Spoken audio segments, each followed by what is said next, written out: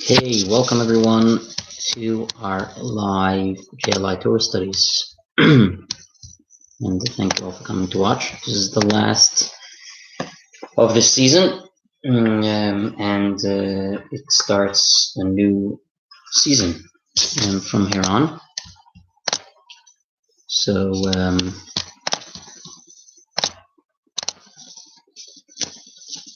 starts a new season from here on.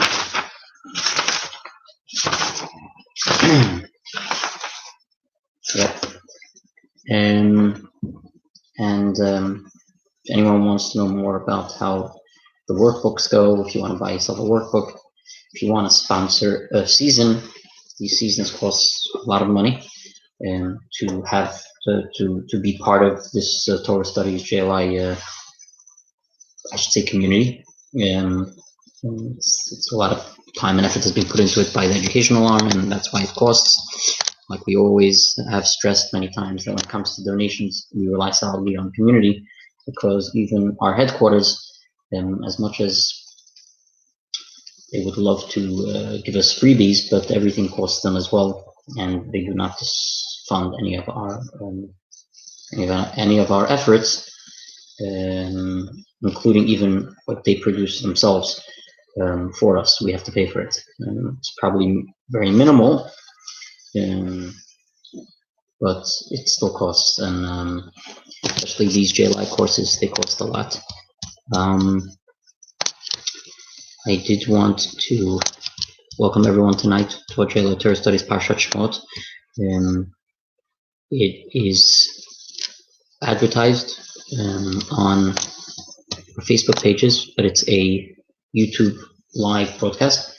I want to also mention that tonight is the Rambam's Yahrzeit, which is very, very special.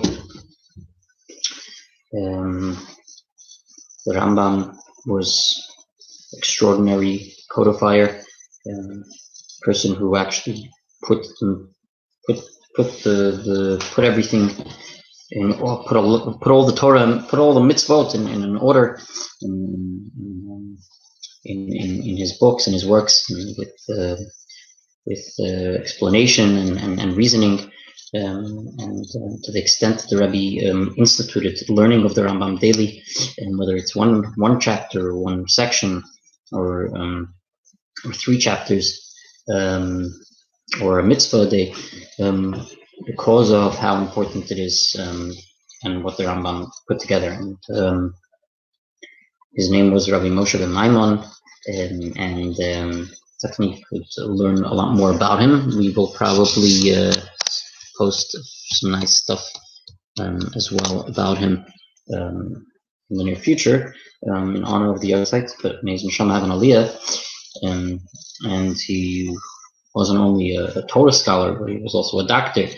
He was many things in one, which made him humongous. He was the leader of his generation, and he was what we call the Spashtusa, that spark of Mesha, and his name was Mesha. So he was a huge person. Of his time until this very day, we learn and we study his things, and we expound on his works. And tonight we're going to expound on his works as well, especially in honor of the Yahrzeit. And it's important that if you want to learn more about the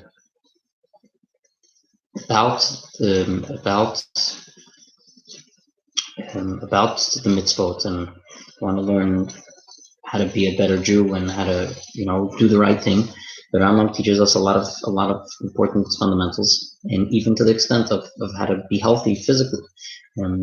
There's a diet called Fit for Life, and there's a book actually authored by a non-Jew, and every single step of his book is based on the Rambam. And I think he even acknowledges it at the beginning of his book, because it's amazing the Rambam's way of even health, the way he teaches us in his works, shows us even today that it is acceptable and it's something that could help a person. And there are many other things also that we learn from the Rambam specifically. His way, the way he looked at Mashiach, the final era, and there are different arguments about it. A lot of it is according to the Rambam. It's the Rambam's use in Sefer Malachim. So even things that are not applicable necessarily now to this moment, but it's things that we hold very, very, very much of based on the Rambam. So I'm going to try to make this class a little shorter because it's already late.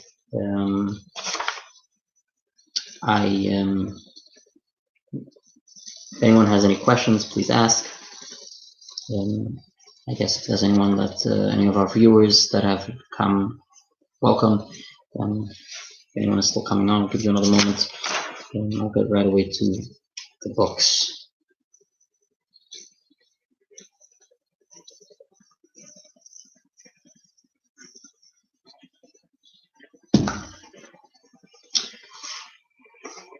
Okay.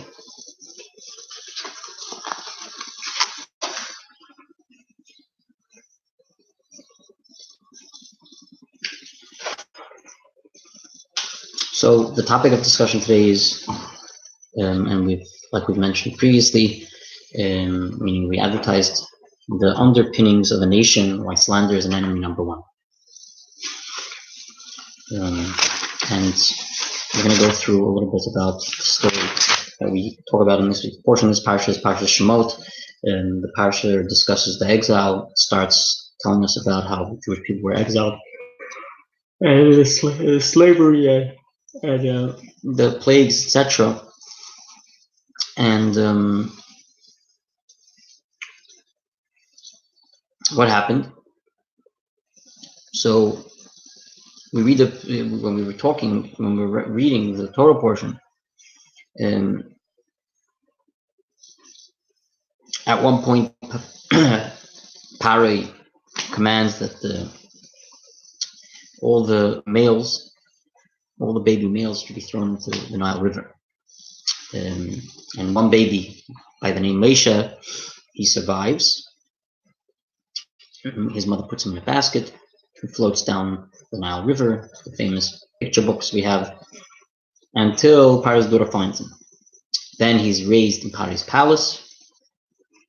And then one day, when Moshe became already older, he leaves the palace to see what his brothers are going through.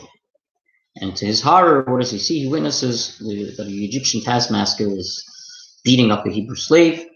And Moshe looks around to make sure no one, will witness this. And what does he do? He kills the Egyptian. And what does he do quickly? He buries the body. He buries him in the sand. What happens the next day? The next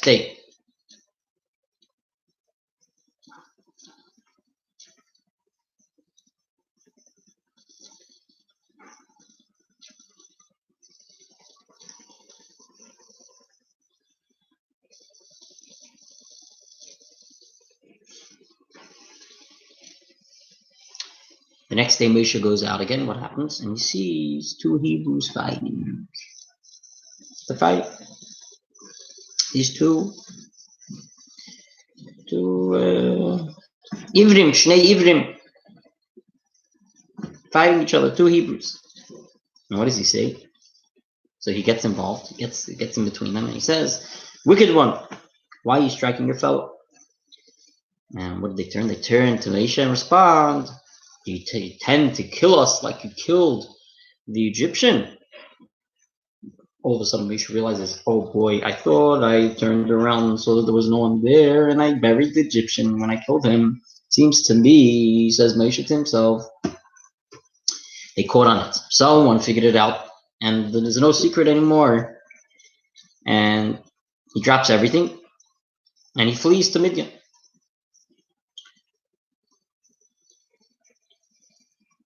And That's the preface to what's going on there. And with that, we will start with those words of the Chumash.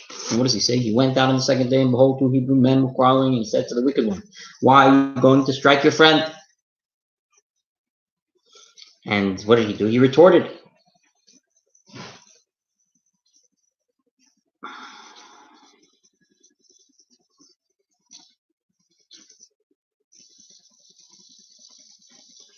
What did he do? He retorted, and he said, "You made a man. Who made a man a prince and a judge over us? You plan to slay me, as you have slain the Egyptian." Moshe became frightened and said, "Indeed, the matter has become known."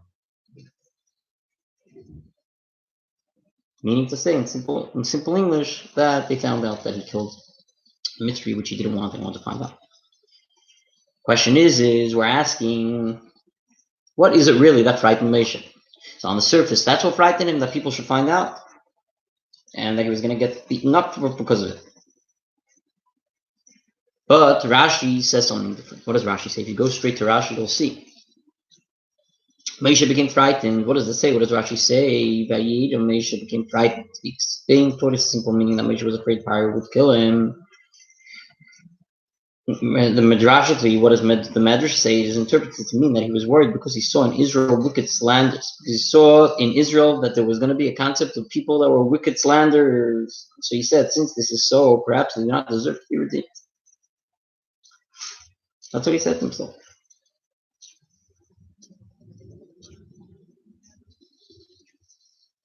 When you see a person speaking this way to Moshe, he said to himself that this is the way the Jewish people he saw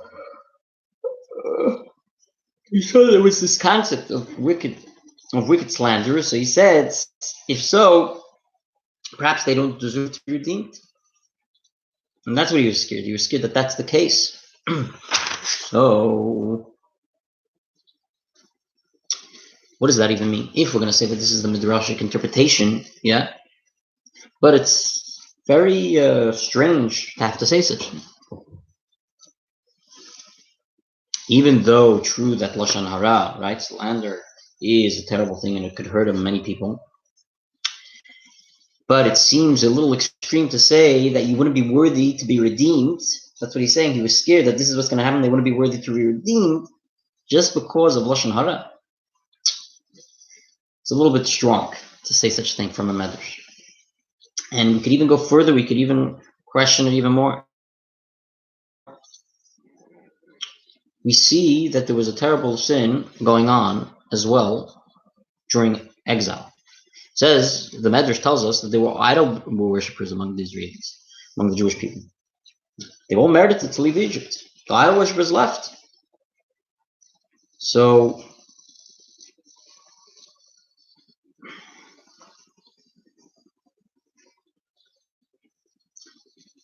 how could we say that with idol worship, terrible sin of idol worship, there wasn't a problem. Yet when it came to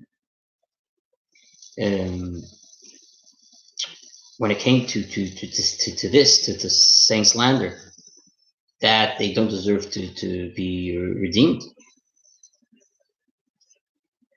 So the question even becomes stronger based on this, that we see that there was the idol worship, which is a terrible thing. We say that a person should kill himself and not to serve idols. We saw stories in history of people that were ready to give their life up, just not to serve idols. Okay, let's see what he says in the Medrash Shemot Rabbah. What does he say there? When Israel left Egypt, the angel Samiel Hamalach, stood to prosecute them. So when the Israelites left, Samiel Hamalach wanted to catrick the Jewish people, wanted to prosecute the Jewish people. And what did he say? He said before God, Master of the universe, now these ones have served idols, and now you split the sea for them. So what do we see? We see that the idol worship was a major sin, was common among the Jews in Egypt. We see that to the extent that he wanted to prosecute the Jews because of it. It was really terrible, the idol worship.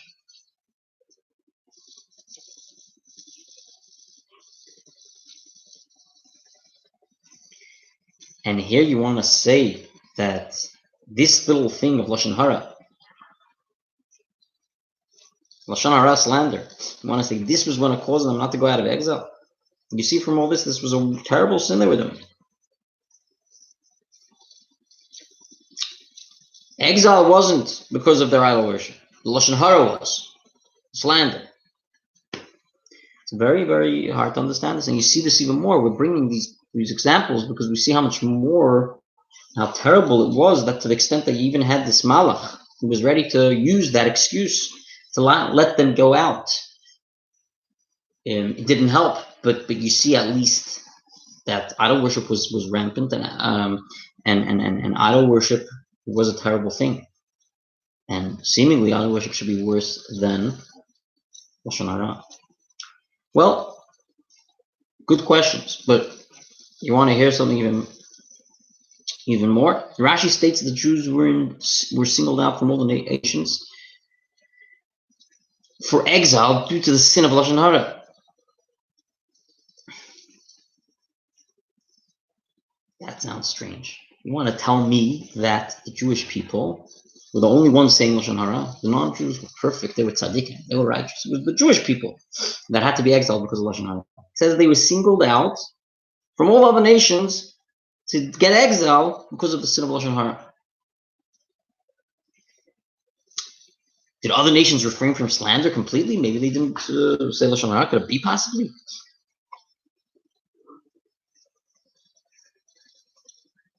And were we really worse than everyone else? Or is it possible that Jews were being held a higher standard, maybe? Either way, it is hard to believe that just because we say Lashon Hara, just the concept of saying Lashon Hara should be only connected to Jewish people. And then why were we therefore the only ones to be punished because of it? And then another question could be raised. The covenant between Abraham and God, we all know. What happened? God entered into a covenant with Abraham. God told Abraham that his descendants will be enslaved for 400 years, for they are to be redeemed and delivered into the land of Israel. Again, just by the way, if anyone wants to ask questions, you're welcome to ask. There is a place here, as far as I understand, on the YouTube channel to ask your questions. You're welcome to send a message. You're welcome to call. Obviously, try not to do it now, even though you could try. It's not going to help. So I'm not going to answer you, but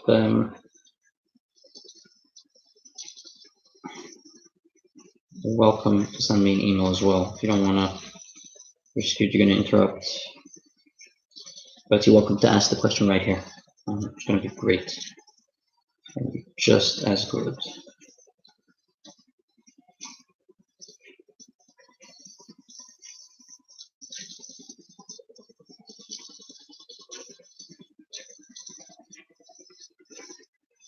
Sorry, 1 second.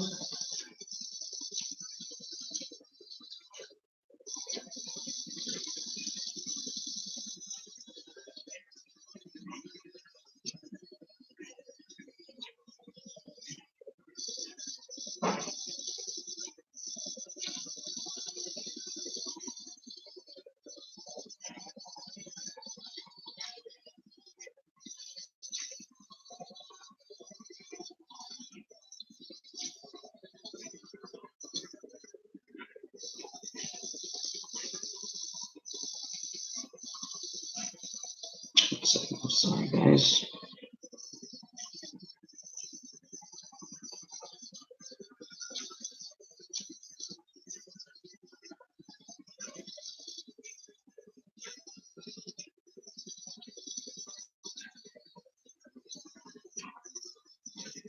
Okay, so I was hoping we'll have a few more viewers. But this is the story. So the story is like this.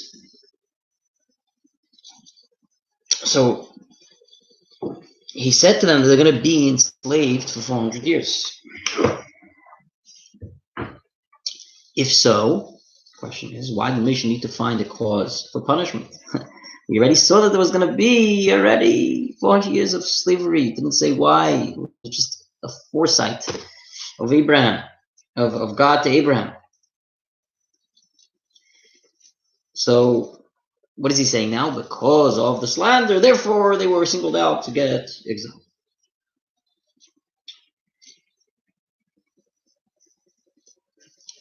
We see that God decided this because God decided this back then by the covenant.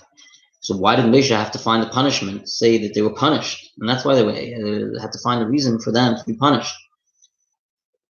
Didn't he know that this was already this was going to be planned already? So we have good questions here.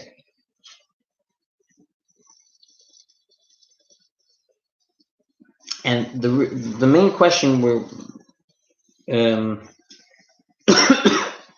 we really let's focus on mainly our real issue is right now is we said that because of the slander, that's why they were exiled. And that's what Moshe was scared about. We have to understand why this is worse than anything else. And this specifically was the cause of their exile. Why was idolatry worse? Why could it was a terrible sin and didn't have that impact. What happened with slander?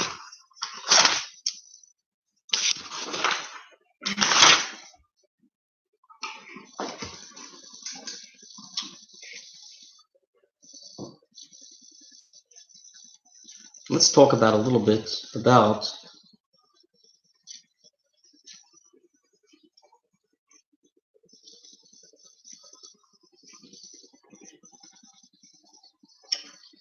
the concept of Egypt and exile,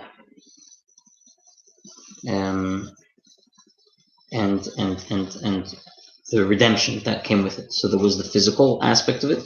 Don't forget, there was also a spiritual aspect to it. And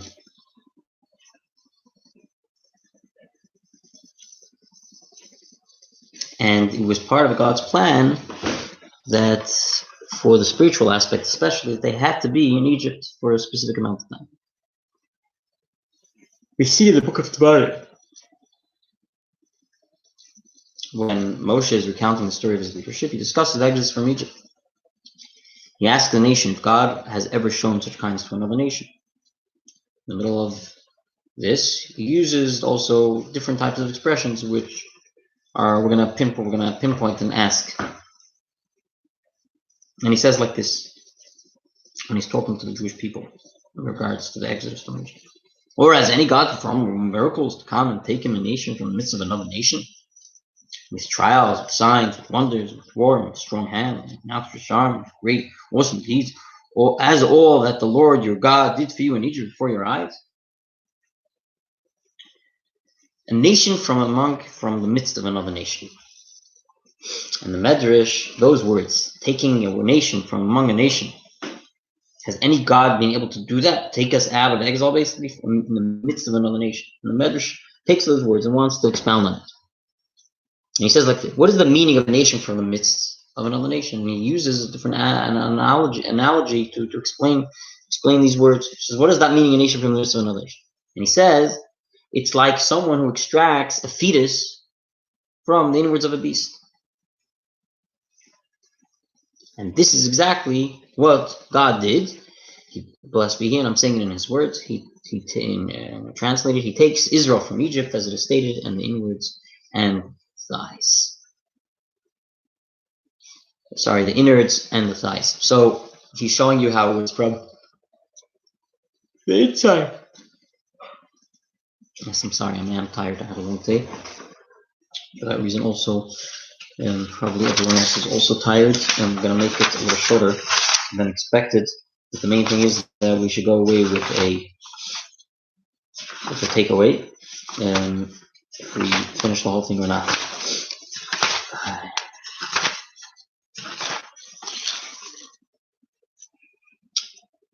And he says from the words the midst. What is the Medrash saying? The Medrash is saying that the words that it says in the midst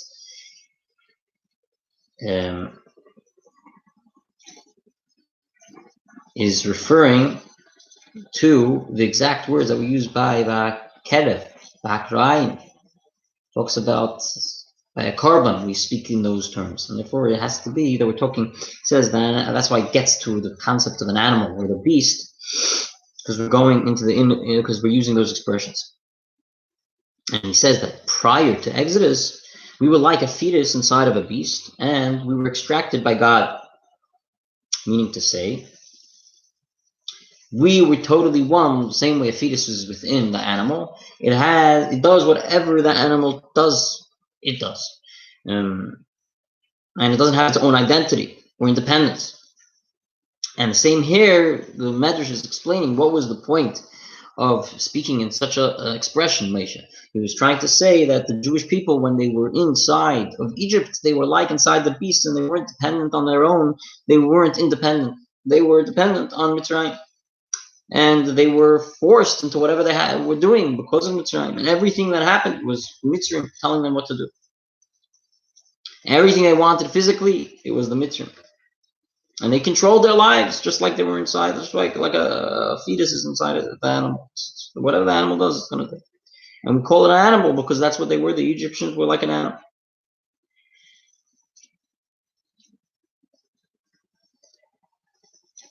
And what do we want to say more so? We want to say that not only was it in a physical aspect, but it was also in a spiritual aspect, that their minds and hearts were totally given over to Egypt.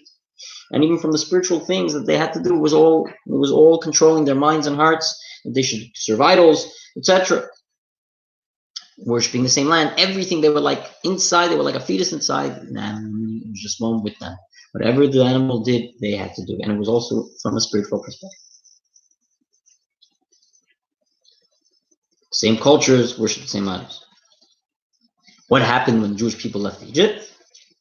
They became a nation. They became a nation of God. Meaning to say they became independent. They became one with God. They weren't anymore. They were ripped. They were taken out. It says they were taken out from the midst of the beast, and they were brought to be a nation of God. They were banned. They were a band of Hebrew slaves, steeped in idolatry, just as the Egyptian hosts. But when they were leaving Mitzrayim, they transformed into the glorious nation of God. Okay, fine. So that's the explanation on that aspect. Jewish nation became a nation of God when they went out of Mitzrayim. It's a great idea. But let me tell you that if you think about it, the Jewish people were already a nation of God beforehand. Look at the history of the Jewish people. They already believed in God before the Exodus, before they came out of Egypt. And look at this Rambam, and this is in memory of Moshe ben Maimon. All of Shalom. We're going to talk about we're going to talk about a little bit from the Rambam's point of view. And don't forget the Rambam talks about the laws of also idol worship. And he has a whole full section on that itself. And he brings it there, this concept. What does he say? And that's how we know that it's not necessarily, I don't want to say not true, but to say that when they came out of Egypt, they came to become a nation of God. And until then, they were idol worshippers, and they were totally one with Mitzrayim. Rambam shows us otherwise. It says, our forefather Jacob taught all of his sons, and he appointed Levi as a leader. And Levi remained in the house of study to teach the way of God, to keep the commandments of Abraham and Jacob. And Jacob commanded his children to not become distant from the children of Levi, lest they forget the teachings. The matter became stronger among the children of Jacob, and those who were attracted to them. And there emerged a world, a nation, Ummah, that knew God. And it says that knew God. And it said Ummah Shehi Yudas Hashem. We need to say that there's an emphasis. In fact, don't forget it was referred to as a Ummah, as a nation for itself. This is already from before. So it's a little bit hard to comprehend the fact that we're going to say that this medrash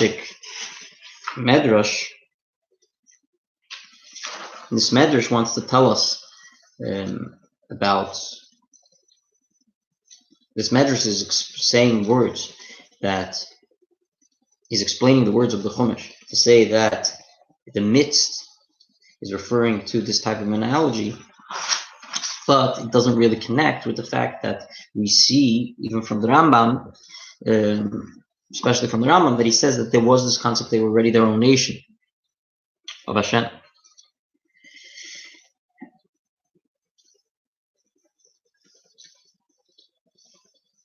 So if in the days of Yaakov Avinu, the Jewish people were already considered a nation of Hashem,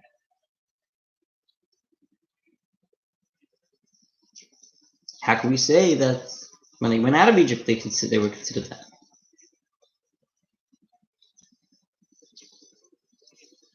So it's a little confusing. Now we're confused. What's really the concept? And that's what he's saying. The Rambam actually explains it. That even though, what does the Rambam say? That even though we were a nation bound by common beliefs, we eventually lost that status. Because, and you'll see how he explains it, and then that's where we needed again the exodus from Egypt to bring us back. And that's what the Rambam says. When the Jews extended their stay in Egypt, however, they relapsed and learned from the Egyptians to worship the stars.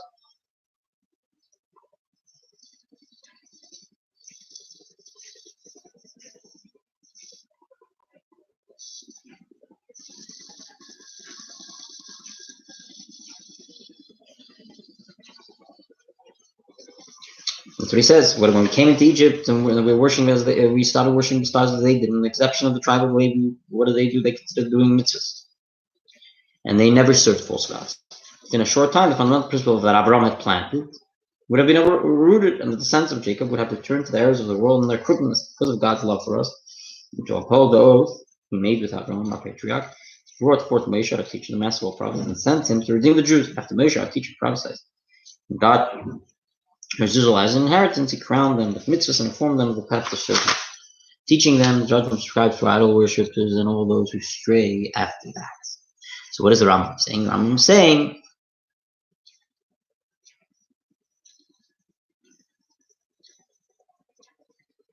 that we were, at one point we were together, then what happened in exile, it became idol worship.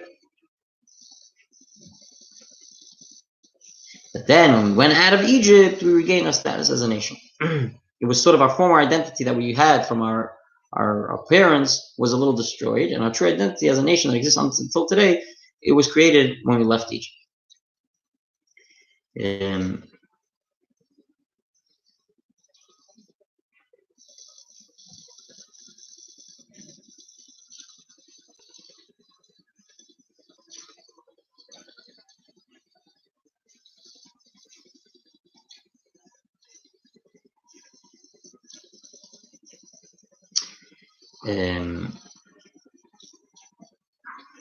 So what does he say? He continues reading. He says like this. What does it say in Shemot? It says, in order that you will tell them the heirs of your son and your sons and your sons' sons how I made a mockery of the Egyptians, and that you tell of my signs that I placed in them, and you will know that I am God.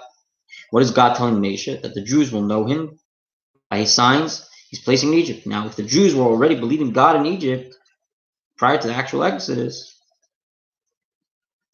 and only the official nation was only by Exodus, it's obvious that they didn't achieve nationhood simply by virtue of their newfound belief. Question then is, what that did? What is that that rendered the people as a nation of God when they left Egypt? It can't be the fact that they believed in one God.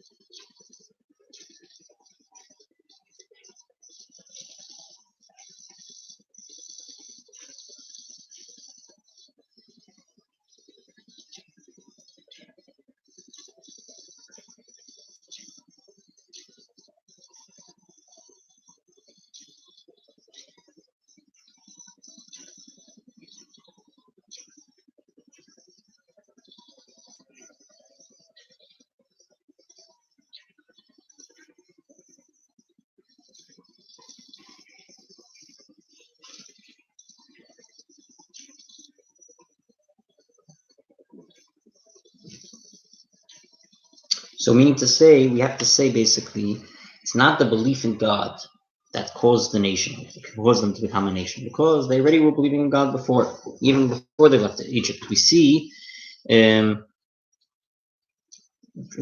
during, forget about what happened before, even during the Egypt, we see that they were believing in God. So it's not that they became a nation because of the belief in God, because believing in God already happened before. What happened specifically when they came out of Mitzrayim that formed them to become a nation? And what's the answer? The answer is, and this is the main point, the gist of what we need to get to, and this is it. When our ancestors formed into a people with a common belief, they were choosing this lifestyle for themselves. That's how they wanted.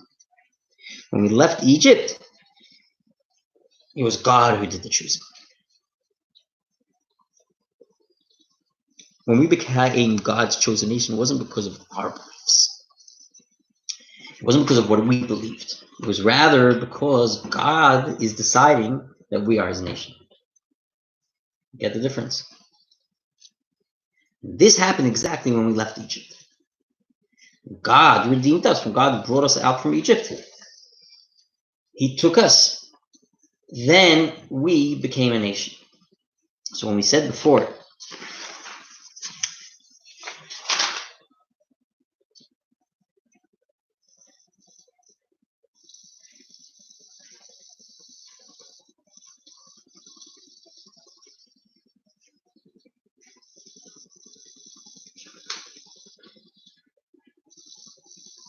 that we became a nation of God, like in the expression of the Torah, that it was from their midst. So we're learning that it's not that we didn't believe before, we even believed in Mitzrayim. When we became a nation there, when we believed in Mitzrayim was our own belief. We are through our discretion. But what does it mean when they came out of Mitzrayim, they became a nation of God?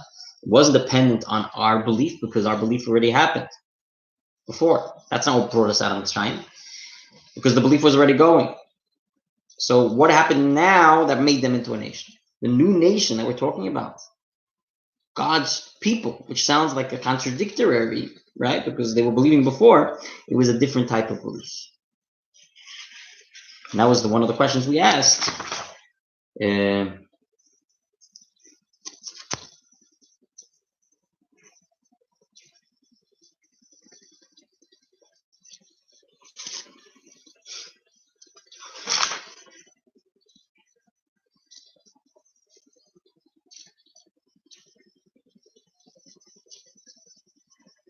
Sorry, so let's continue like this.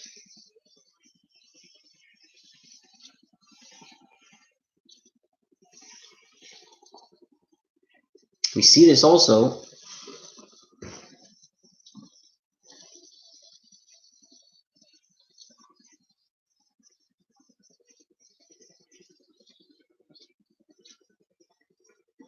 so there was two parts sort of thing. There was where we wanted to be connected, but then there was where God kicked in. And that's the difference. And that's why we say that when we went out of Mitzrayim, it was God.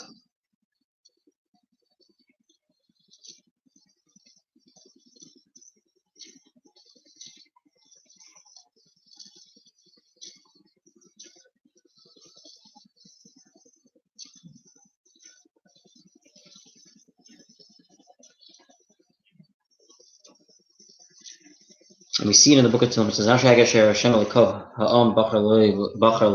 says, happy is the nation of whom Hashem is their God, nation that He chose as an inheritance to Him.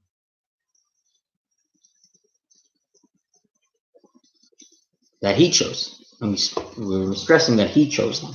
And it was coming from God. When we know that God is the one making us into a nation, it's not coming from our own will, then we could also understand the earlier issues that we had in the portion that we were asking about.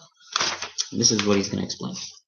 What did we ask? We asked previously, why is idol worship didn't disqualify the Jewish people from Medina? Now we can understand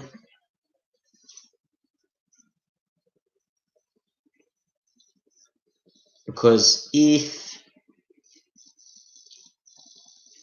the whole concept was that Hashem was with His own discretion choosing us, It didn't come from it. It was God himself wanted to choose. For example, we knew that we were believers in God beforehand, like we said. But this, what are we talking about? That we're a nation of God after? What was that? It was God's will. When it comes from God, this doesn't have to be an obstacle. Even if we're idol worship, it doesn't matter because it was coming from God. It wasn't an issue that we had in our own belief of God. So how can we be a nation of God? No. And therefore we couldn't be redeemed. It wasn't an obstacle because the redemption,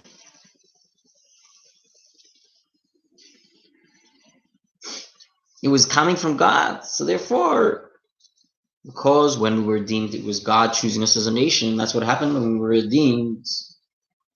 So therefore, idol worship didn't bother God because he was choosing us. Yeah, that's the explanation. For example, when a person chooses anything, whether it's a consumer product, university, or a job, they start weighing them various options. We weigh our options, the monetary, the social factors, what will give us the best satisfaction, and then we make an educated choice. Hasidic philosophy says we are not the ones that decide these things.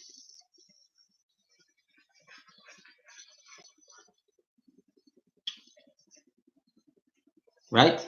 We are not the ones that are choosing these things. It's not us. We're not choosing it. It's really that the offer is choosing us. Meaning to say we are swayed. We are taking different takes, different ways, different go-aheads because of what the offer is offering us.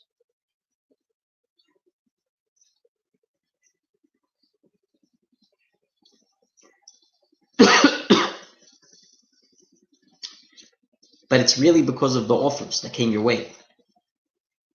We're just trying to say, we say what's most beneficial, but at the end of the day, it was the offer that caused you to do it. What's true free choice? What's true free choice? Free choice is that you're the ultimate decider. Totally up to you. There's nothing that's coming. There's no offers that are coming. That's telling us where to go and convincing us where to go. But it's totally based on our own free choice. That is called free choice.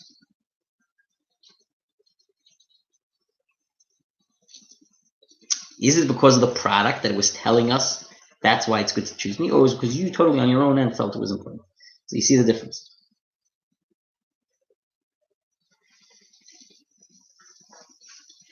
When a person doesn't choose anything because of what the product is offering, it's not very common.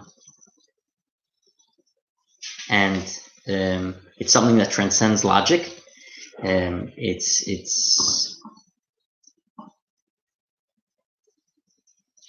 It's very weird and very, very not common. So when a person could really choose on their own, where does this come from? It's not coming from our rational mind making calculations. This part that's letting us do this is true free choice. That where does it come from? It comes from the deepest parts of your soul. It's because the soul is so connected. And that's why it chooses it. It's not from a reason, good reasoning. It's coming from the deepest of your soul that your soul wants it. He can't even explain why he took it, but he does it. It's deeper than logic. It's a place that's deeper than logic. Now we could go back to the concept of idol worship and explain the concept of idol worship. Hopefully you're all still with me.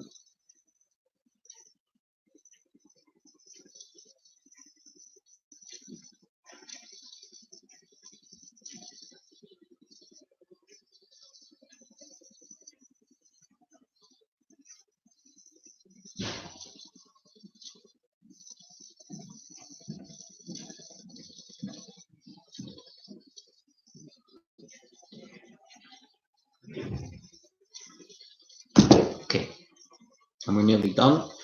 I'm getting to the punchline. So idol worship did not be a factor in God's choice. It wasn't. He didn't choose the Jew. God did not choose the Jews because of their beliefs. God decided to choose them. That's why That's why we explained before that it wasn't the idol worship that would affect the fact.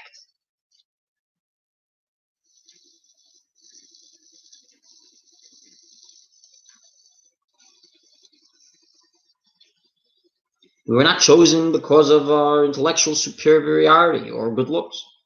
We were chosen because this is what God desired. That's it, full stop. Doesn't matter how far and how deep and how bad we were. And even when we regained faith because of the plagues, it didn't make us more chosen because of that. Why did we become a nation of God?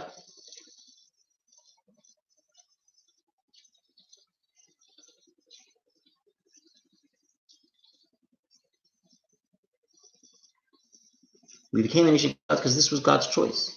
Meaning he could have chosen us in the middle of the plagues when we regained our belief. It had nothing to do with these things. It had nothing to do with any explanation, any reasoning. It was because God himself decided this is what I want. And that's it.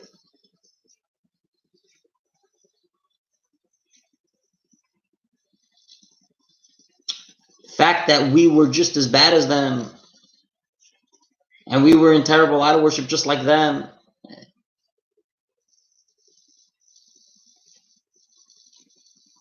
and we were on a terrible low level just like them, it wouldn't disqualify us because God, he was not choosing us based on our advantages or merits. He just decided this is what he wants. In Dvarim, we see this concept. God says, not because you were more numerous than any people God have delight in you and choose you. You are the least of all the peoples. God chose us not because we were numerous, not because we were greater, because we were the least, after all. What did he do? He chose us solidly because this is what was his design. And that is why the idol worship didn't you can't say, oh, if they were idol worshippers,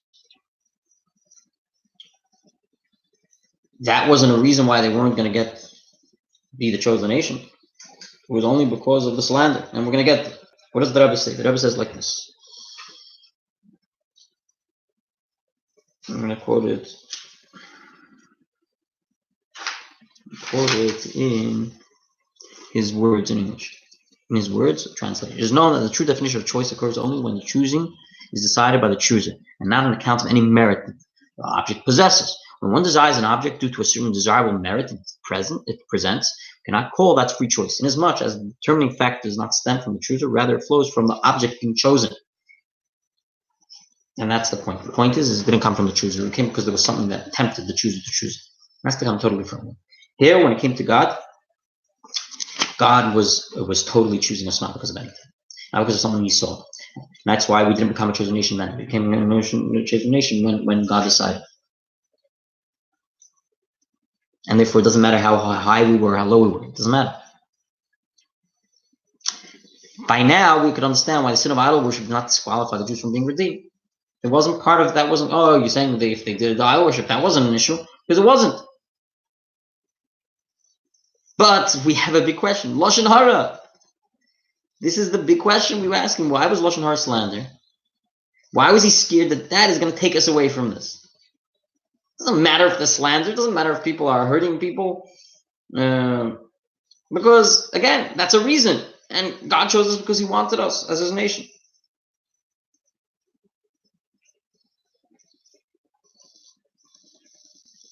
So what happened by Lashon Hara? It's hard to understand. Why Lashon Hara, based on this explanation, why would Lashon Hara be an issue? Why was Moshe concerned?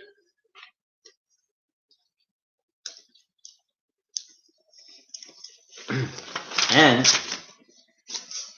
with this, we will conclude. Very shortly, we will conclude.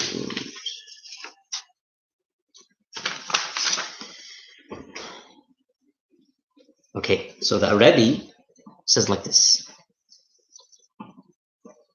And it's amazing and it's breathtaking to hear this answer. The Rebbe says like this.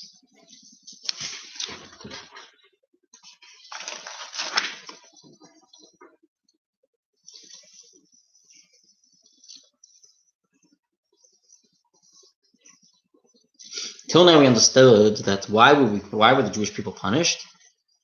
The Jewish people were punished because of Lashon Hara.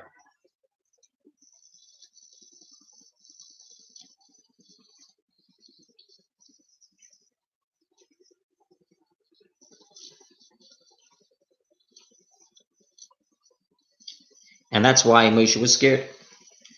But says the Rebbe, this perception is incorrect. It's not so much that the Lashon Hara is such a grave sin that it warrants such horrific punishment. That it gets the way of the fundamental precondition of nation and redemption. It gets in the way.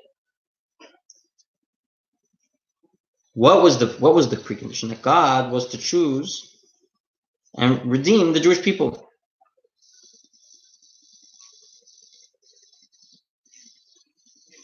And they had to be ready for that choice.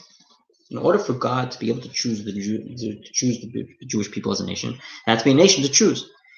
It's not feasible to choose a random group of individuals as your nation. There must be first a cohesive unit of people who act as a nation, and only then could God choose those people as a special nation for whatever reason, for eternity. It could be His own desires, but that has to be the nation. It could be an idol worshiper, but the nation's still there. They were idol worshippers. They're terrible, but it doesn't matter. God had a choice. He wanted them. This is also what we say every day. It says, Ato b'chartanu mikolam. Ato b'chartanu mikolam. We are but one of many nations that exist in the world, and God chooses our nation to be His, as the prayer says, continues, lifting us up and sanctifying us in His commandments.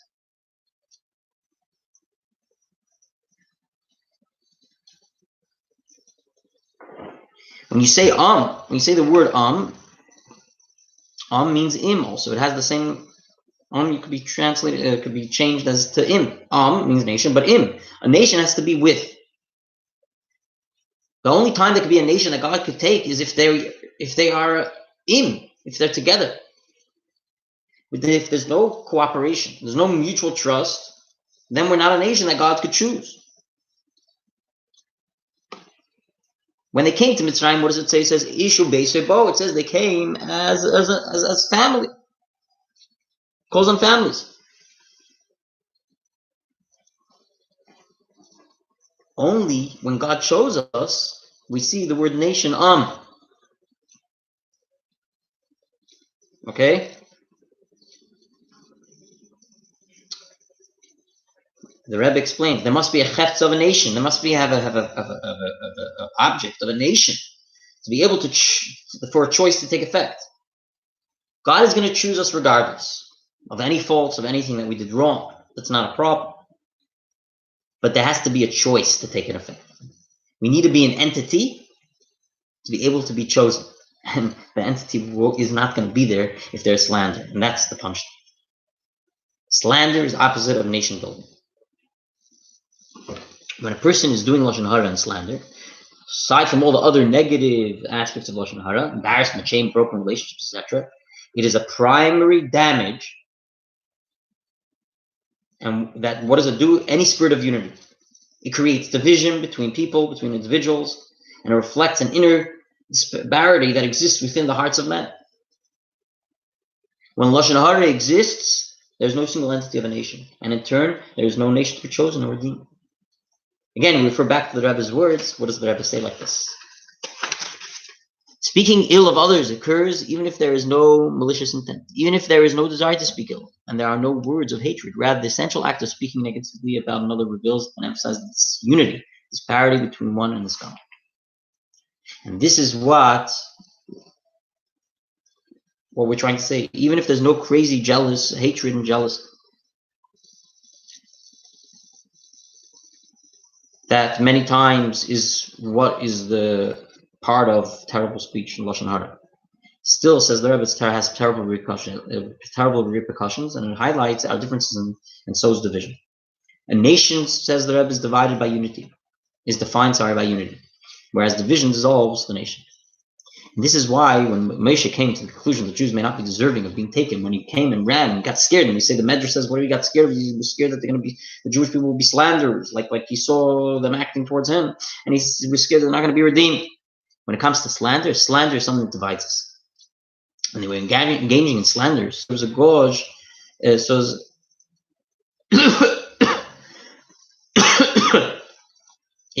causes a lack of nation.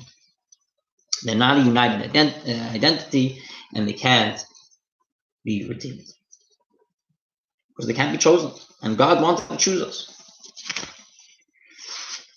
So when we said about idol worship, it's not going to affect them as a nation. But when they start slandering each other and separating from each other, then there's no nation, there's no entity to be chosen. And that's why it wasn't about the idol worship that would affect them. And that's what it says. Moshe was not worried about the general sin among the Jews, thievery or idol worship. That wasn't his problem. He was worried about the nation being united or divided. If there's lashon hara, if there's slander, then the basic sense of a nation is crumbling in front of Moshe's eyes. And that's what he was scared about.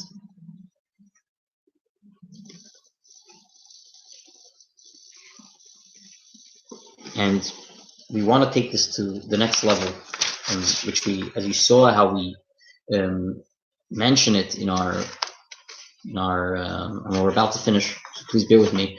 You see that we mention it also in our heading to the videos, to these live broadcasts. This is a Shabbos takeaway. Don't forget, this is not something that you're just learning here to learn. A lot of people are brains. Thank God they have good brains and they like to learn. You have to remember when you're learning, you also have to remember how to take it and do something good with it. Do another mitzvah. It's not something just for the head. Unfortunately, there are situations where people are learning, but they're doing who knows what they're after. We're not going to go that route. The point of learning is in order to do esamaisa shayasi. You're meant to learn in order to do the act of mitzvahs. So right away, we have to find how does this apply to us in our day and age, and what's causing us, God forbid, to stay in exile. And what redemption really is doing. Redemption is really sort of how God is crowning us as a nation. And how could we be crowned as his nation? How can he choose us as his nation if we are not divided? In the world we live in, there's so much division. And that could cause us to not be redeemed. And that could cause us not be chosen as a nation because he needs to be able to choose. And this is what we suffer from. We're all caught up in our personal affairs, our families, our jobs, our hobbies, our pursuits. There's nothing negative about such a life. But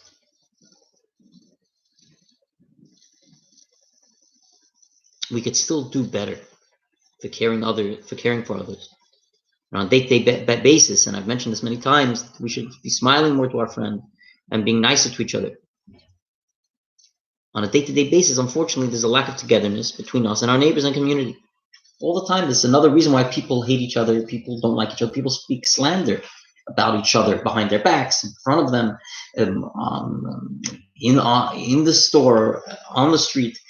Why? That's the issue the underlying issue that we're discussing here in the portion, and that is what's happening in today's day and age, and sometimes even worse than it ever was. Today, more than ever, politically speaking, our society has become increasingly partisan. Many argue that today's political climate is unprecedented, with the two major parties unable to see eye to eye on any topic. It is a time of discord, of obstructionism, of vicious attacks and blind faiths in one's own party.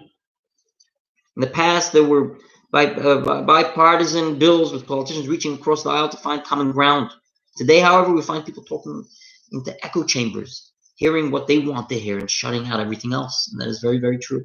This is we're not here to bring these things up to get political, but stating facts. Sometimes the parties state them to be political, but here we're saying them just from an outsider watching the situation because we don't mix into politics. This is not a sign of a healthy nation. How can a government, lahavdil, separate from the government to God, right? But want to take a parable. We're talking about God wants to choose the Jewish people. He needs them to be unified. He needs to be an entity to be able to be chosen. How could a government do its job for the nation if there's no entity, if there's no togetherness?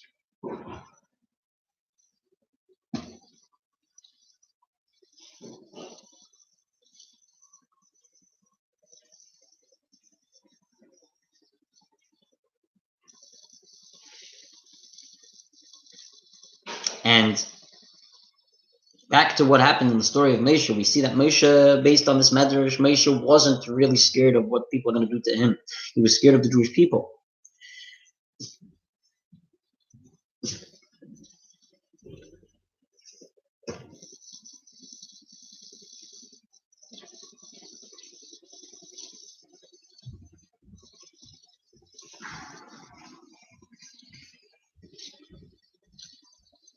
And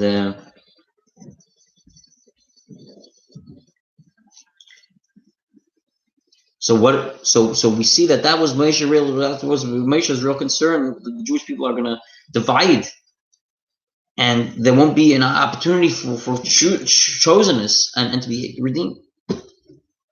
So what had to be done to turn it around? What was the end of the story?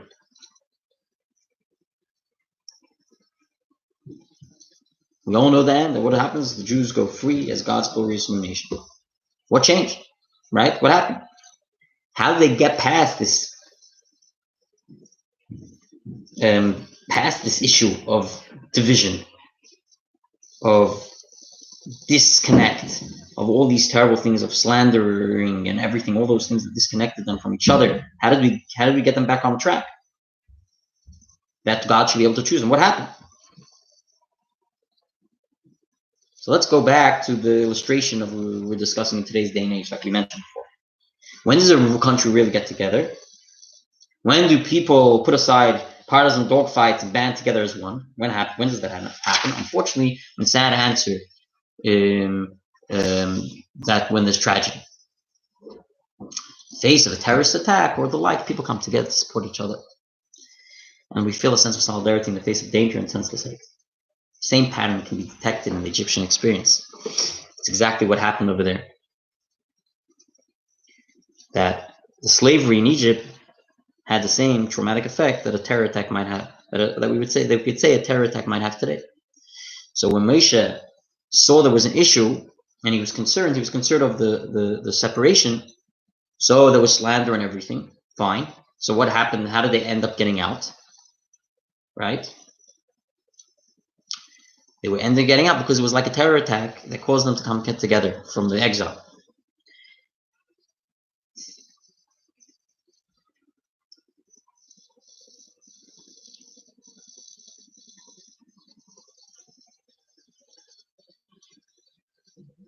And that's what we learned from this whole, we talk about the Egyptian slavery. Sometimes we put it in a superficial way. We hear the story and very nice and fine and we're redeemed. But here now we see something so much deeper than that. What do we see? We see the fact that in this slavery it was like a terror attack. This within the midst of division, there was this, because of the sadness of exile, it brought them together. And because of the terrible suffering, it actually had to unite them. And that's what brought them together. That as much as we talk about slavery as a negative concept, we see from the slavery how the good it brought them together. It broke the haughty spirit and made us humble, allowing us to unite with others, and then that caused us to be chosen and be redeemed. See the words in the language of the Rebbe. It is self-apparent that even one who is haughty and egotistic, upon becoming enslaved with back-breaking labor, has broken a law of spirit, which dissolves his ego and haughtiness, and because of that, there's no there's no disconnect, and there's no separation. People are not, that whole haughty and type of egotistic type of character dissolves because of brokenness and this terrible slavery that happened.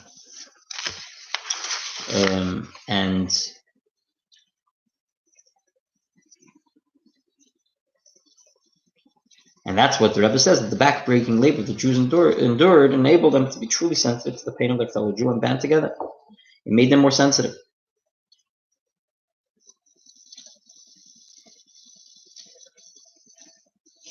And now you could see it also in the verse of the Chumash. The Rebbe said this, and now we see it in the verse of the Chumash. What does it say? It says, and God said, I have seen the affliction of my people, or in Egypt, and I have heard their cry because of its taskmasters. for I know their pain. Their cry. Doesn't say anymore, its cry. His cry. It's their cry. Now they're ready. Why? We're bringing out the concept. Because at the beginning of the slavery, what happened? Jews were called out as individual voices. There was a disparate collection of individuals. By the end, what happened? There was one pain. Each of them shared the burden of the other. Meaning, because of all this, what happened? It says he felt their pain. Once this terrible attack happened to them with the exile and the heartbreaking and this terrible backbreaking labor, it caused them to be more sensitive, and they started feeling. It lowered their ego, and everyone was hurting, and it made them more sensitive, and then they got together again. And that's why it says he heard their cry.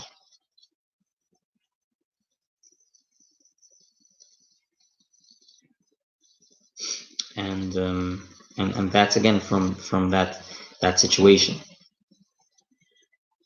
because of the terrible situation they were in, and we see that is what brought them out.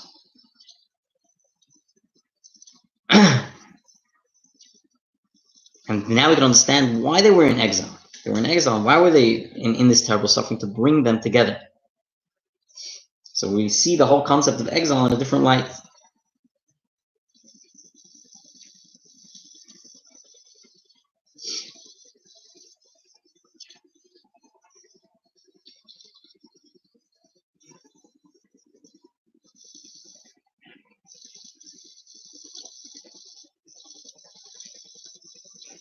And the Rabbi explains further, we could also see, the Rebbe states further that we could also see the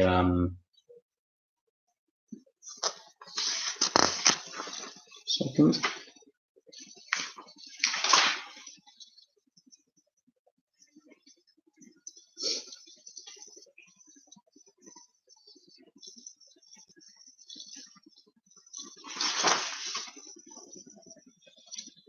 The Rebbe explains that also Moshe realized this. Meaning he was concerned because of their terrible slandering and everything, that it was going to separate them and therefore not to be able to be chosen. But then he realized what the exile was going to cause, and that's what he says. He says, the Rebbe mentions this, and he said, indeed, the matter has become known, that they deserve backbreaking labor. Moshe meant, that's what Moshe said. What Moshe meant was not that they deserve it as a punishment. That's not what Moshe said. That he was concerned that they're going to be exiled because of the slandering. Yeah? No. He was saying, rather, they were deserving to be pressed with backbreaking labor because of the slander. So they should be able to be together. It would be a means that would break them for a means to to become worthy for redemption. And like the Rebbe continues to say, what previously mentioned, by the means of breaking their spirit, casting down their pride, the cause of exile, automatically disunity, the result is nullified. Namely, slander and evil gossip, and they are thus worthy of redemption. That's what the Rebbe says. And that's what he meant when Moshe said that. And that's what he said. He said that it wasn't a way for him to say, "Oh, I'm concerned, and therefore I realize, and therefore and this is now I understand this is going to be their punishment for slander." No, the Ochay Noida Hadover doesn't mean that. When Moshe is saying that, he's not saying that, "Oh, now we're going to be punishing them for their slander." Now I get it. Now why I get the exile. No, now I get it. That this is why exile is needed, because of their slander, to bring them back together so they could be a chosen nation, to be able to be chosen.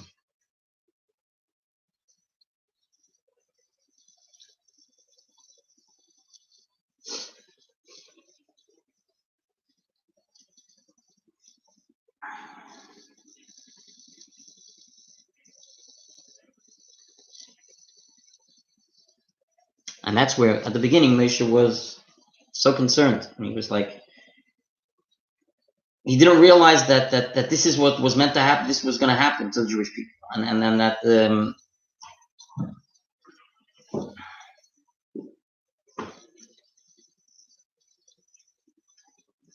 And that's why Moshe at first,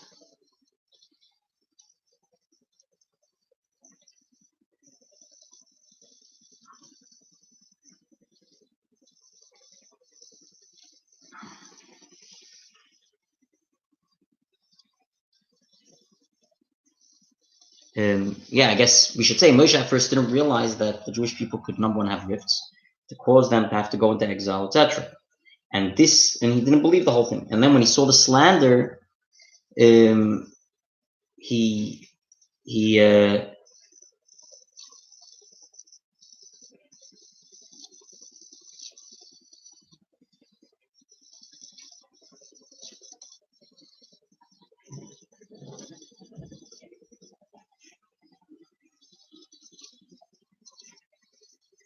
meaning to say beforehand, I guess we should say before the whole thing, before the whole story that he saw the Hebrews fighting, Moshe didn't believe that there would ever be an incident where people could hurt each other, etc. Once he saw it happen to him, then he realized, and therefore, even when it was going to happen, right?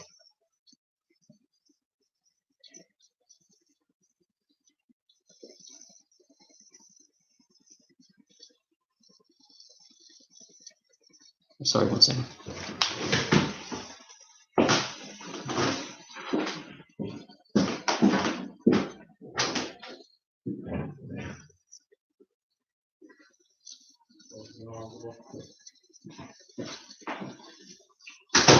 Meaning before everything, let's put it this way, with that we'll conclude. Before everything happened, Moshe never believed that there was ever a possibility by the Jewish people that they should hurt each other.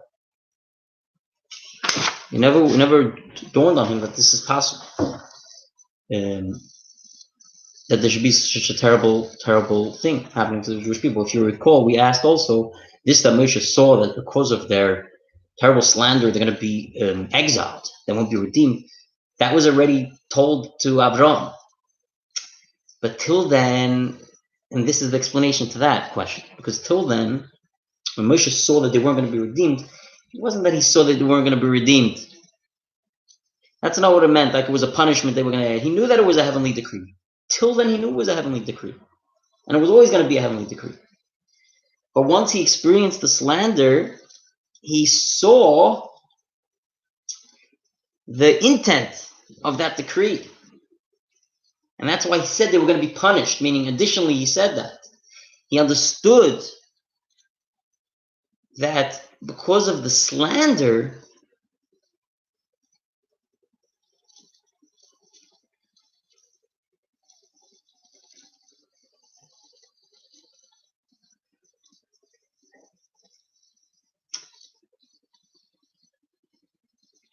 it wasn't a new punishment. It was sort of, he saw the deepness of God's reasoning for enslaving the Jewish people. And that's the answer. And that's why you might ask, hey, they were already going to be enslaved from before, from that covenant. And what happened now that he saw, he saw they're going to be punished. That's the explanation. That he didn't see that they're going to be punished. It wasn't about punishment. Till then, he didn't believe that there was a concept of rift between the Jewish people. And it was just a heavenly decree they have to be in exile. Because God said, now when it came to his personal situation where they were slandering him, then he realized that Jewish people are shaykh, are possible to slander. Only then he realized the concept is possible. And then he realized, that's what it means, and then he realized that the exile was necessary, that there should be a terrible decree on the Jewish people of attack, of backbreaking work that will cause them to be reunited. Once he saw that it's possible to be separated from each other by the Jewish people, he realized the concept of the exile. He realized why God gave it in the first place. That it wasn't just a decree of God. And now when he saw personally that decree, that terrible slander, then he realized, oh, Jewish people are shaykh to slander, are possible to slander. Now I understand why God gave the exile. He gave the exile in order to bring people together, and it wasn't a matter of punishment. And that's where we also say it wasn't about punishment that he realized. That's why they're punished. He was scared that they're going to be punished. He was scared that that the Jewish people should be slanderous and that they won't go out. But that's where what happened. God gave him this exile, and it brought them back together.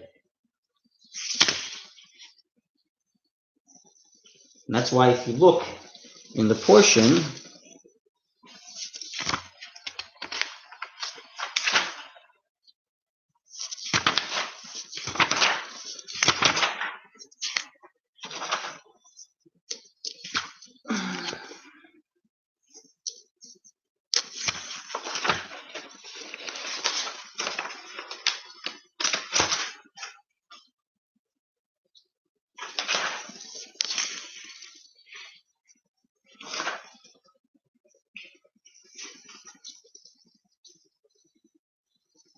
said the Moshe was concerned, and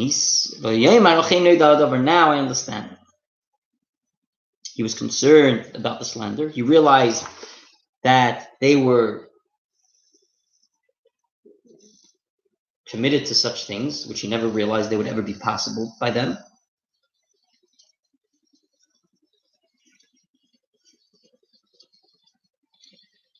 And that's what he said. Now I understand, meaning not that they're going to be punished because of it. It wasn't a punishment because of slandering, but now he understood why the slavery happened in the first place. It was in order to bring them together.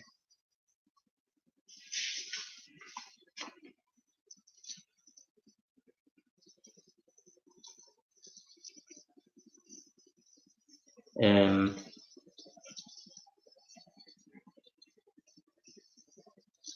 that's what he says over here, that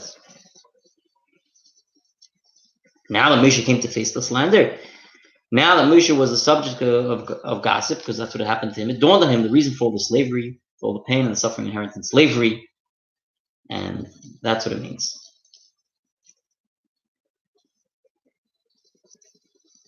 But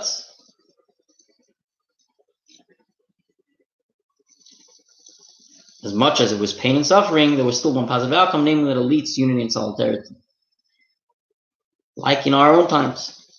Being in Egypt was God's way of giving the Jewish people opportunity to unite and become the Jewish nation, whether it was choice of subsequent redemption. And that's what he's saying.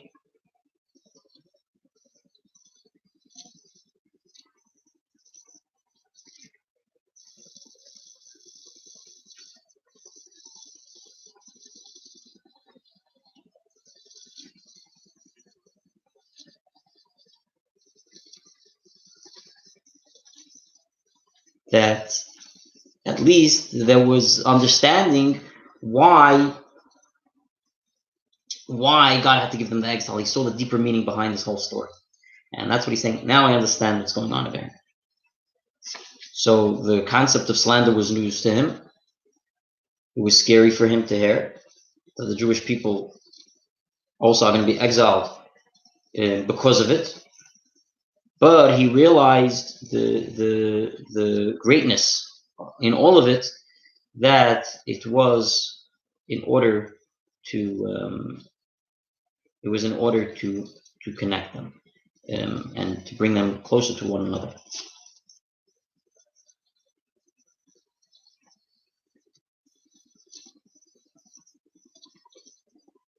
When there's slander, they can't be the chosen nation, they can't be redeemed. It was concerning for him. But the concept that he saw the exile, didn't see it as a punishment. He realized then what the exile's intent was to do in order to bring them back together, that God could choose them. And that was what he saw in, that was also, this is what we're answering also to that question. Weren't they going to be exiled anyway? So what was the big shmil that over here all of a sudden we're saying that because of the slander, he was concerned they're going to be exiled. I mean, it seems like it was already going to happen, but that wasn't the point we're trying to bring out. It wasn't that he was scared that they were going to be exiled. It was that he was concerned that they shouldn't be redeemed, but the exile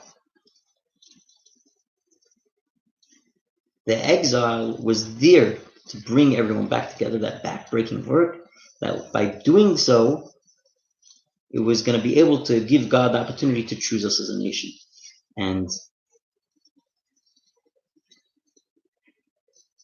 And that's what it means. That he was concerned, and he saw that they were going to be in exile because of the slander.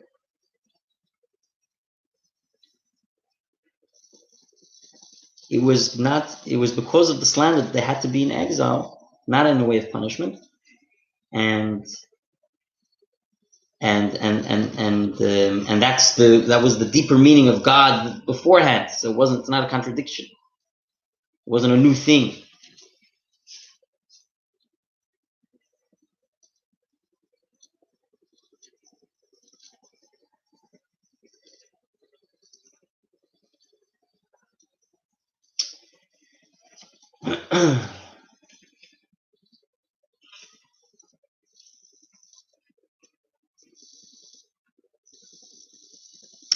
Brings another thing. I'll just finish with this. It's getting late. I'm sorry.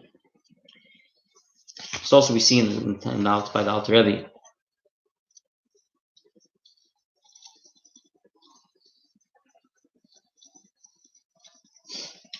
We see a teaching of the Alter Rebbe that says, there's a verse from Yeshaya, the opening lines of the Torah from Vayichi, actually. It says,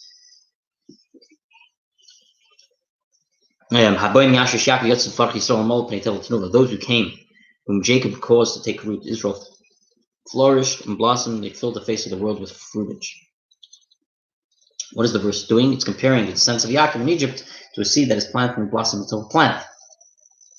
Why? So this explains that for a seed to grow and bear fruit, it must first decompose in the ground, only after losing the previous identity of the seed to grow into something quantitatively different. The Jewish people are subject to the same process. And that's what the Alter Rebbe is explaining. You have to sometimes go through those negative times or low times in order to bring out the most beautiful things. The breaking, sometimes the worst, God forbid, it's not like we want it to happen and we should never ask for it. But sometimes in the worst terrible terror attacks that happened in our country, that's what brought us back together. I'm going to quickly read what he says, Alter Rebbe, and we could actually conclude. Regarding Israel in Egyptian exile, verse states, I have seeded from them from me in the earth, and our sages have stated, if one sows a poor measure, it yields numerous growth. Let's unpack the ideas of planting along with the growth that is brought about by the exile. The verse states further, Israel is sanctified to God, the first of his grain. The emphasis is on the grain. Israel is considered the grain of God.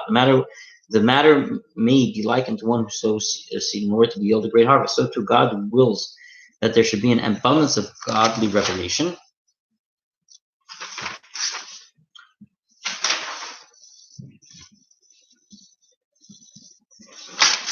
So the Alter Rebbe is saying this, the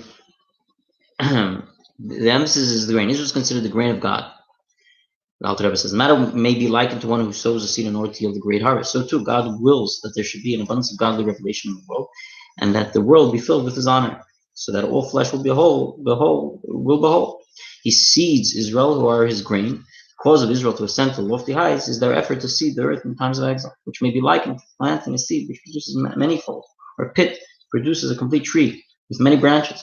Now, just as in the parable, the seed is covered with dirt, and from it emerges growth on account of the seed decomposing, dissolving, disappearing. The growing power and disappearing, and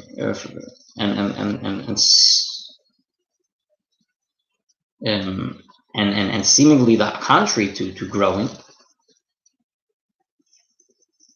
And it's the Alter Rebbe, this growing power that causes the seed to grow. So too, that is the seeding of Israel. So too, it is with the seeding of Israel. He says, the Alter Rebbe, how we work. Now what? The time spent enslaved in Egypt was the composition of our national seed. Our suffering removed any trace of previous identity or ego, and taught us the lesson of solidarity. Took it all away from us, put us into the ground. On account of the negative pressure, a nation emerged as a new and entirely different people, with the power to spread godliness by utilization of Torah mitzvot, filling the entire world with divine presence. Now, the famous question is, what is the takeaway? So some might see negative aspects. Moshe was an honest leader who recognized the flaws among his people. Yeah, that might be another reason, another thing that you learn in the book. This may be true, yet it misses the main positive point. Because at this junction in the Torah, we are beginning the story about the birth of the nation, slavery followed by the plagues, crossing the Red Sea, and receiving the Torah. All throughout the story, you must remember that the prerequisite to becoming God's nation is from us to be a nation. Remember that part. It is for us to proactively force the unity, which is something that only we can do. This is the reminiscent of the famous story regarding a convert that is recorded in the Talmud. We see a story in the Talmud. There was another story involving a Gentile who came before Shammai and said to him, "Convert me on the condition that you teach me the entire Torah while I stand on one foot." What did Shammai say? Shammai chased him away with a builder's measure in his hand. The convert came before Hill and said, "Convert me." And Hill said to him, "That which is hateful unto you, do not do to your fellow." This is the entire Torah. The rest is commentary. Go learn it. Go and learn it. Okay, so we see this concept, we see this story.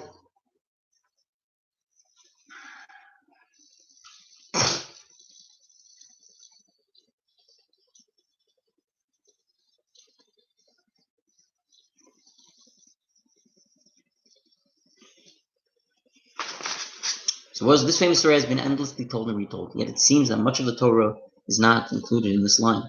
There are so many mitzvot that do not hinge on the interpersonal relationships. So why did Hill leave all that out, right?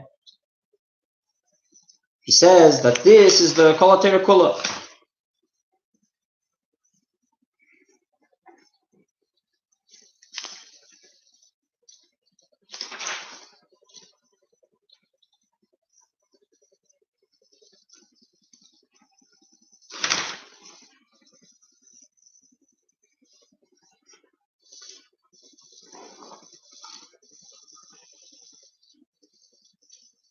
So when you're talking about the love your fellow as yourself, why is that? There's so many other mitzvahs that don't have to do with that. And the Rebbe asks another question.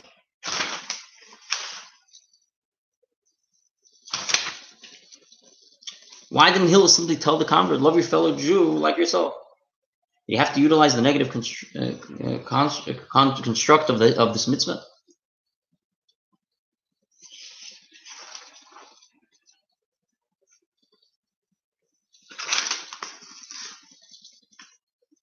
Why do you have to say what is hateful unto you, do not do to your friend?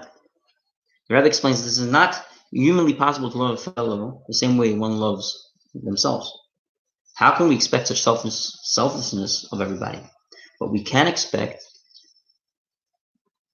everyone to treat others with human decency and respect. If you don't like something, don't treat others that way. Therefore, he'll respond to the dance hall the way he did.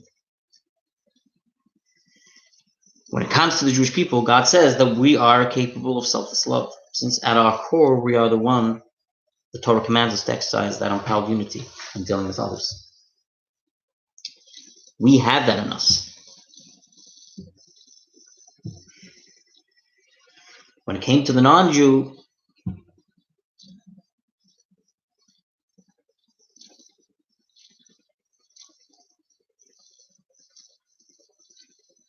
it was different. But when it came to the Jew, because we inherently have in us this special value, therefore it's incumbent upon us to love your fellow as yourself. The love part is important.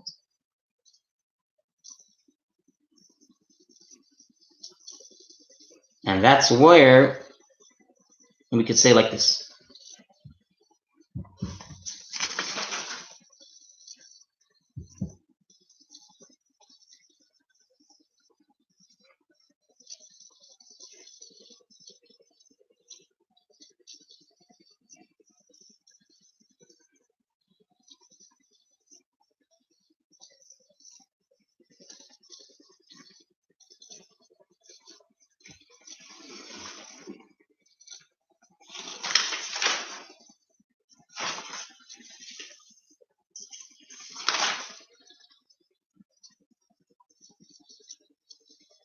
And that's what he's saying like this. He also says that the entire Torah stems from this teaching. He's hinting to the notion, that we were all like a prospective convert once upon a time. Before the Torah was given, we had to internalize the concept of not doing something hateful to another. We never have been completely selfless. That would only come once we were God's nation. Yet we had to first hurdle the level of avoiding hateful behavior.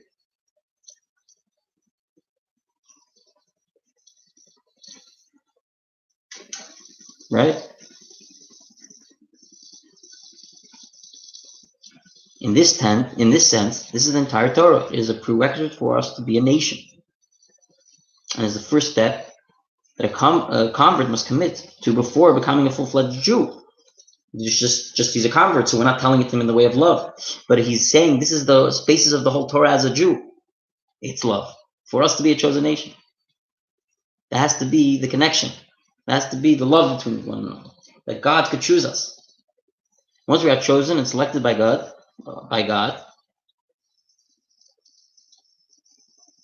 we automatically receive divine strength to also love and care for one another. And this is what our Parshat is teaching us, that God's selection of the Jewish people is everlasting, stretching far into the future. That we have that ability. Why is he saying it's the basis of the whole Torah? He's trying to say that we need this in order to become, this is like a basic thing. We need this in order to become a nation. We need to be good to each other in order to become a nation. Of course, before we become a nation, we're not asking about that inherent love. Fine, but at least we have to be decent with each other in order to become a nation. So he's saying to this non-Jew, to become a nation, we need, this is the basis of the whole Torah. If you want to be a chosen person, God wants to choose you, we have to have that love between each other. Once we're chosen, then we have this love that continues, and it gives us the ability to continue to be chosen in a way of love.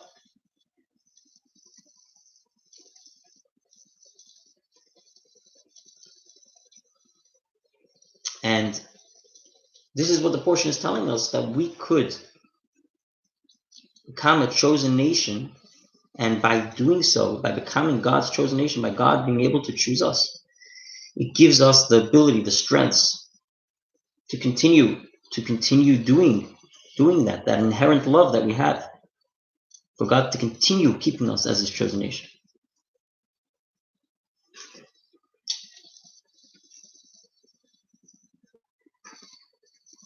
What does it teach us? It teaches us, without any even positive, God was willing to choose us as a nation. It didn't matter. We didn't have to be major tzaddikim, as we see.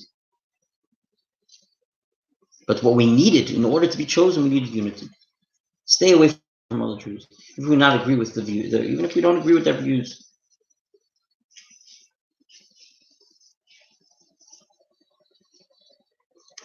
And this is the beautiful lesson.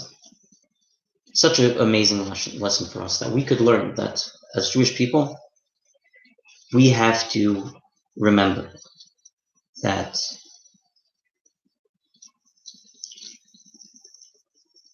doesn't matter the wrongdoings, doesn't matter if someone is not the most observant. Of course, it matters to do one more mitzvah, to become more involved, no question. But because of the level that people are on, it doesn't matter how much they're doing. It matters one mitzvah. God is not conditioning those mitzvahs either in order for him to choose you. He just is asking from us, dear people, please just be one nation so I could crown you as my nation. Same way you crown me as God, so I could take you as my nation. I need an entity. Don't slander each other. I need to be able to. But God didn't say it was determined based on if you're idol worshiper or if you how much you believe or how much you're learning or how much you're doing a mitzvah.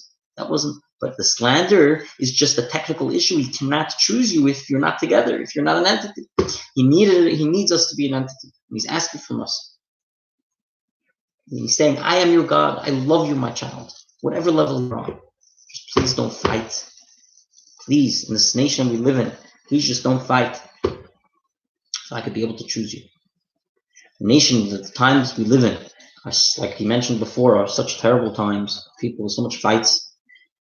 The terror attacks is not a question, but even within our circles, these these humanistic attacks, what we call them, these attacks that claim to be normal, and sometimes they end up going out of the norm because of politics, because of stupidity, and the hatred that becomes in it, and decisive, and the divisiveness, and all these different terrible things that become because of these types of things. And that's what God is teaching us. And this is a very important lesson, especially in the times we live in, because all this stuff is going on. God is asking, please, I'm not asking from you to be the most God-fearing, even though, yes, he does want us to.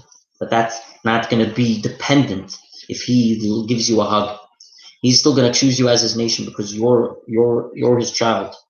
He's going to still take you as his child, no matter what, wherever you were last night, because of the fact that you're unified and you're whole with your friend, and with not only your family, because that's easy sometimes it's not, but sometimes it is, also with people that you don't necessarily know them or agree with their political criterias, and you're together and you're putting those things aside and loving that other person, or at least appreciating, or at least tolerating them, let's call it that, then God says, then I take you in and you're mine. And that's really the lesson.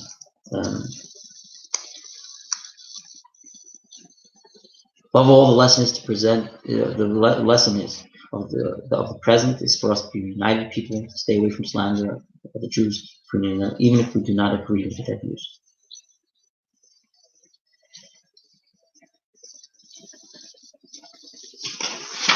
We want to thank you all for watching. It was a nice long class, maybe a little longer than the usual. Yes, I am a little tired, so sorry about that. But I think we got a nice takeaway over here for Shabbos. And you could always take the class and sort of simplify it or put it into a few words. There's always ways to do that. The main point of this class is really to sit and learn it with the text and the footnotes and with the sources, etc. And they have student books as well. If anyone is interested in being part of it and learning with us in person here, besides being live online, please let us know. It's a wonderful also resource for your libraries to have and to look back at and to study before and after the classes. Thank you all very much for watching. Thank you all for listening. Everyone should have a good Shabbos. May Moshe ben Maimon, the Rambam, some Hashem have an Aliyah, may we ready reunite with all the tzaddikim once again. I'm going to just make again this announcement that I made already the other time when we had a class, that get ready for Saturday night, December 29, this Saturday night. We will be having a huge impact on our community, something that you could make happen. You can make that impact. And I'm going to have a 48-hour campaign to help support our community. We're not supporting the rabbi or the rebbetzin by themselves. We're supporting the entire community, all the programs, services, and events that we do here. You name it. We have it all listed. It will be listed again if necessary. But you know very well what we do, and for those of you that don't know, you're welcome to reach out to learn more, and it will be advertised. But what you do for us to support us this Saturday night for 48 hours, number one, every dollar will be matched. If anyone wants to contribute towards the match, you're still welcome to. Prior to the campaign, every dollar that you will give will be matched, and the support that you give is going to give back to the community, so it's rebounding. And please show your support. It's going to start at 7 p.m. on Saturday night for 48 hours till the end of December.